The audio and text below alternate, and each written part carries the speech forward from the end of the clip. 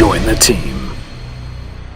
Yes! Hey, this is the McGuire Review, and today we're going to be taking a look at a brand new one from Mayday Games that I'm really excited about, and we have also had a ton of fun with since we picked it up at Origins 2017, and that is Macroscope. So this is what we're going to be taking a look at today. This, however, are two more titles from Mayday Games that we do very much enjoy as well. We're not going to review these today. We may do these in a future review. I do want to focus on the brand new one that just got kickstarted, but I do highly recommend and suggest the game Voodoo, which is a party game for 2 to 8 players. So you can get quite a few players in on Voodoo. And it's got some great components. There's like a little doll in there. There's dice. There's cards. It's great artwork. It's a lot of fun. And then they also have Garbage Day here, which, you know, I absolutely love the packaging on this one. It comes in like this little trash can, and it's a card-based game. And what you're essentially going to be doing is setting cards on top of this thing and making sure that the cards can't fall off, and you're trying to throw other people off. But it's a lot of fun. I love the packaging on this one.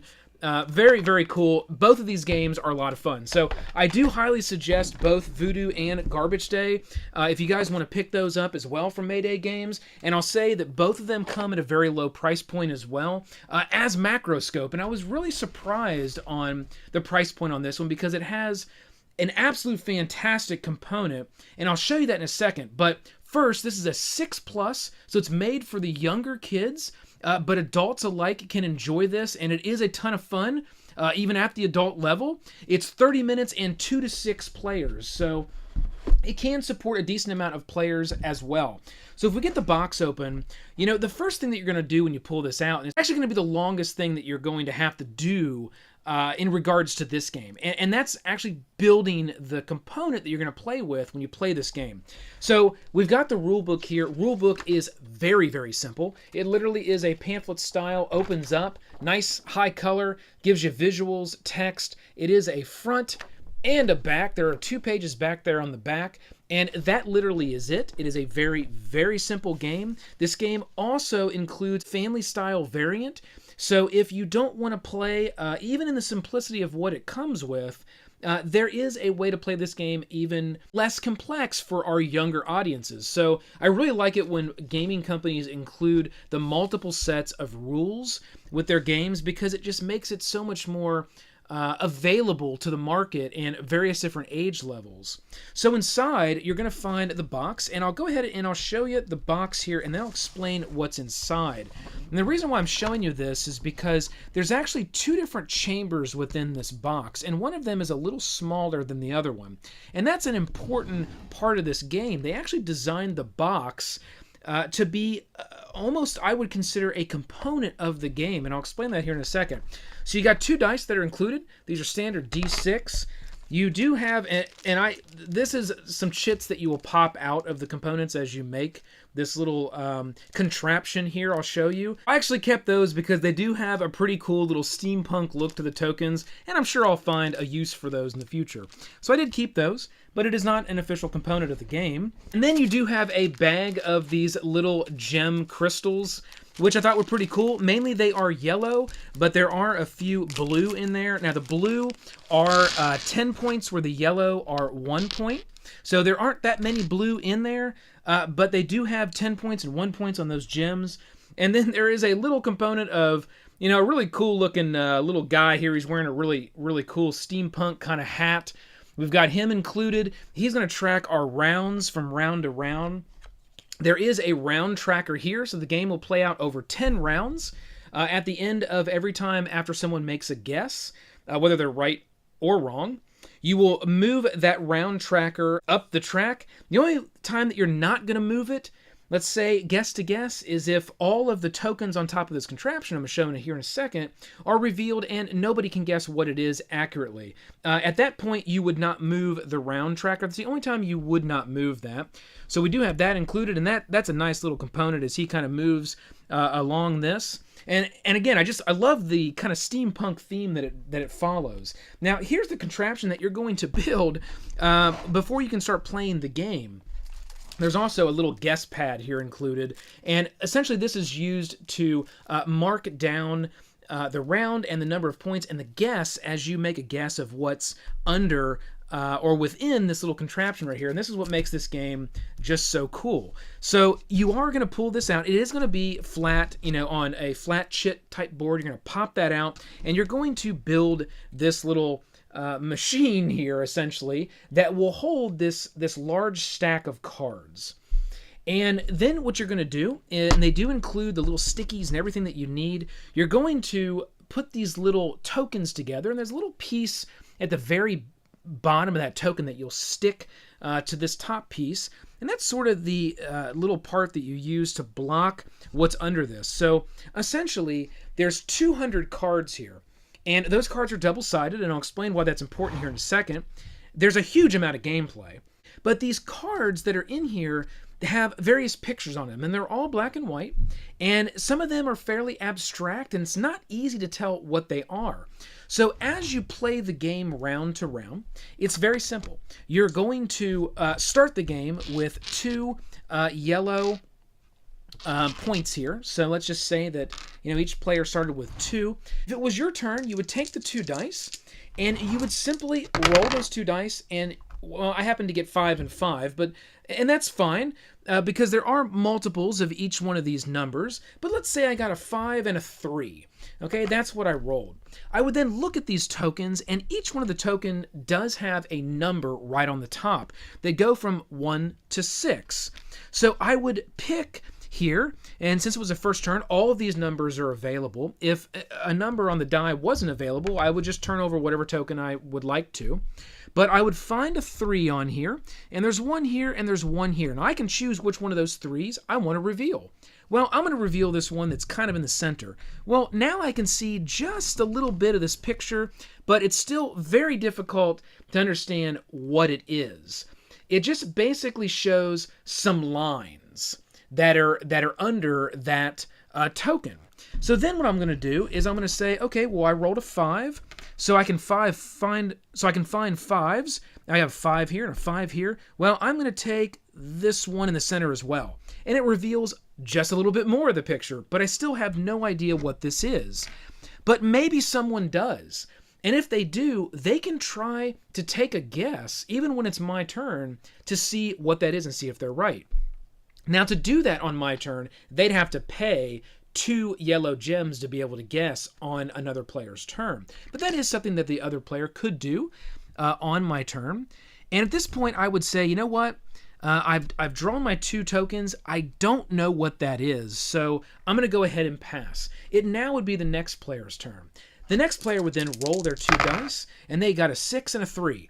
Well, we'll go here. We'll find 6, and there's 2 of them. I'm going to take this 6 right here. Okay, that revealed a little bit more. Now it looks like it's kind of the top of maybe like a tower, all right? And you know what? I may decide at this point, no, I still don't know what this is. So now I'm going to say a 3. Well, I only have 1 3 left, and it's right here. I'm going to go ahead and take that. Oh, there was nothing under that. So the picture must be a more slender picture that's mainly in the middle because I pulled that one, and it's just blank. There's nothing really there. So you can see that the gameplay would kind of go back and forth. And this player would say, you know, I still, after my second draw there, I can only draw 2 on my turn. I don't know what that is because I don't want to take the risk of guessing and being wrong. Because as you guess, if you're wrong, how it works is you essentially would count... You would essentially count how many of these tokens are left on the board. So if I guessed right now and I said, you know what, that's a feather duster, and I pulled it out and it was a chair, I then would say, well, my guess was wrong, so that cost me 1, 2, 3, 4, 5, 6, 7, 8 points. So if I only had 2, I would just throw those 2 back into the pool, and I wouldn't have any victory points because these little crystals are victory points. But if, let's say I had 10 or 12 or 20 and it was getting near the end of the game, you're going to want to be careful on what you guess because you could dramatically lose a lot of victory points if you guess too early and there's too many of these tokens left on the board. Now, if you get the guess right, it works the same way but in the opposite. Instead of losing the victory points, you gain the victory points. So if I guess this right, I would get 1, 2, 3, 4, 5, 6, 7, 8 victory points to my total to add to what I already had to start with. So we're going to continue drawing, and the next player would go, and they'd pull one, and they'd pull another one, and let's just say on that second pull, now they have the option to guess either on the first pull or the second pull, but I've just done my second pull, and you know what? I know what it is, and I am going to guess it's the Eiffel Tower. Well, everybody else looking at this picture at this point can say, you know what, that does kind of look like the Eiffel Tower, so I'm not going to challenge that guess because I'm pretty sure that's right. At that point, I would want to pull this card out, but before you do, you want to go ahead and randomly replace back everywhere these tokens were. And then you're going to pull that out, and the reason for that is you don't want to see what the card is under this card.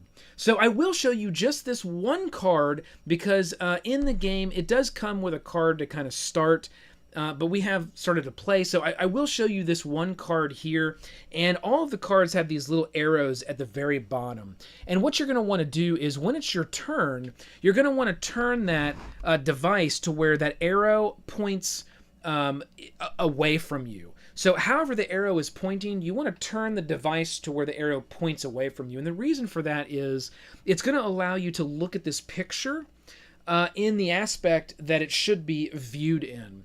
So, you know, if it was one person's turn and they were looking at it this way under all of these dials, they may have a better advantage than if it stayed like that and then the next player was looking at it this way. So you do want to make sure that you actively kind of turn the device when it's each player's turn to make sure that arrow is pointing away from you, so it's fair.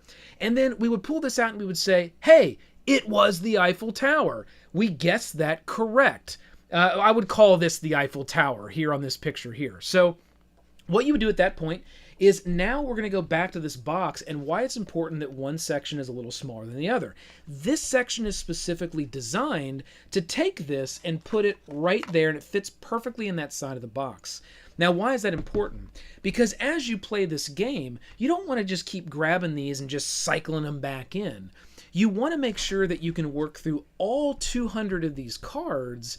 And then, okay, we've already know what it is. We put it in this side. And then when you're done with the game, you take this piece, you put it right back in the box. And now when you come to play for another session, you open the box. The ones that you've already seen and revealed are over here waiting for you. And then you got your device. You pull that right out. You set it in the middle of the table, and you continue playing the game. Now, why is this also important? Well, every one of these cards is double-sided. So once you burn through all of these cards, and you've played through all of that, and they're stacked up now on this side, you then would flip the whole deck over and put it back into our little steampunk contraption here, and then you can play through 200 cards again from the other side. So there are in total 400 pictures that you're going to be playing through in this game. So I'll repeat that. There's a lot of pictures that you're going to get to move through with this particular game. And I love the replayability that they built into something so simple. And that wasn't apparent at first when I did the demo and we started to play, that's really how that system works. So you are going to want to read the rules right when you pull this out. Although it is extremely simplistic, you are going to want to read the rules because they didn't really go into that as part of the demo. But that is something that you're definitely going to want to pay attention to because it's totally part of the game. It's totally part of the experience that you're going to get with Macroscope. Now again, this one just kickstarted. It has been delivered to the Kickstarter backers. They did have it at Origins for release, and it will definitely, I think, be a very hot commodity for Gen Con 2017. I believe this goes for a retail price, at least at the con. I want to say it was $30. Which is a great price point for something like this that offers that much gameplay. Again, 400 pictures you're going to be playing through. And I do find that, you know, to win a game, you got to burn through 10 rounds. So it does take, you know, the 30 minutes that they put on this box easily as you're burning through those rounds. Especially when you're kind of looking at the picture and you're just kind of thinking, like, what is that? And that's part of the fun of this. Like, after you pull it out, there's been instances where you definitely think you know what's under there. You've pulled 4 or 5 of these tokens, and you're like, you know what? I know what that is. It's a chair. Easy, right? You pull it out, and it's like, a bird. I mean, it's or a a piece of food. I don't know. It's just that's a really fun aspect of this game when you pull something out where you're so confident on what it is, and then everybody laughs at you. Everybody laughs at you because you're completely wrong. So I love that aspect as well. One thing that I will mention as you go through the points of the game that I did not call out was, round to round, you're going to get those victory points if you guess wrong, or you're going to lose victory points if you guess incorrectly. But you're also going to gain points on every single round. So for every token that you pull off of the board, that's going to be 1 yellow victory point. So every single round, you're kind of pulling these victory points up. And I initially thought, well, is that going to play out in the end where just everybody has a ton of victory points and it just happens to be whoever ended up getting lucky and guessing the right thing? And the answer to that is no. The beauty to that is it gives you a pool of victory points to do those guesses on other people's turns. Because again, remember, you can guess on another person's turn and challenge their guess if they go ahead and make a guess, or you can just go ahead and make a guess on another person's turn. And you'll need those victory points, 2 of them, to be able to do that. So you may want to have a nice little pool of those, and that's what's good about that is when you go around, you literally could make a guess on every other person's turn if you wanted to. And with a high number of players, when it really gets fairly competitive and you're trying to win the game, you're going to see that where on every person's turn there's going to be multiple people making guesses even on your turn. So it does become kind of this race against the clock as you reveal these little tokens to guess the picture correctly. So that's Macroscope. Again, Mayday Games did a fantastic job with this Kickstarter and this particular game. Pick up Garbage Day, pick up Voodoo. Those are also great titles. And I think you guys are going to be really impressed with this if you pick it up at Gen Con or if you pick it up in retail. So Mayday, thumbs up, excellent title, keep them coming. Hit that like, click the subscribe below to join the team, ring the bell. This has been the McGuire Review, and we'll see you next time.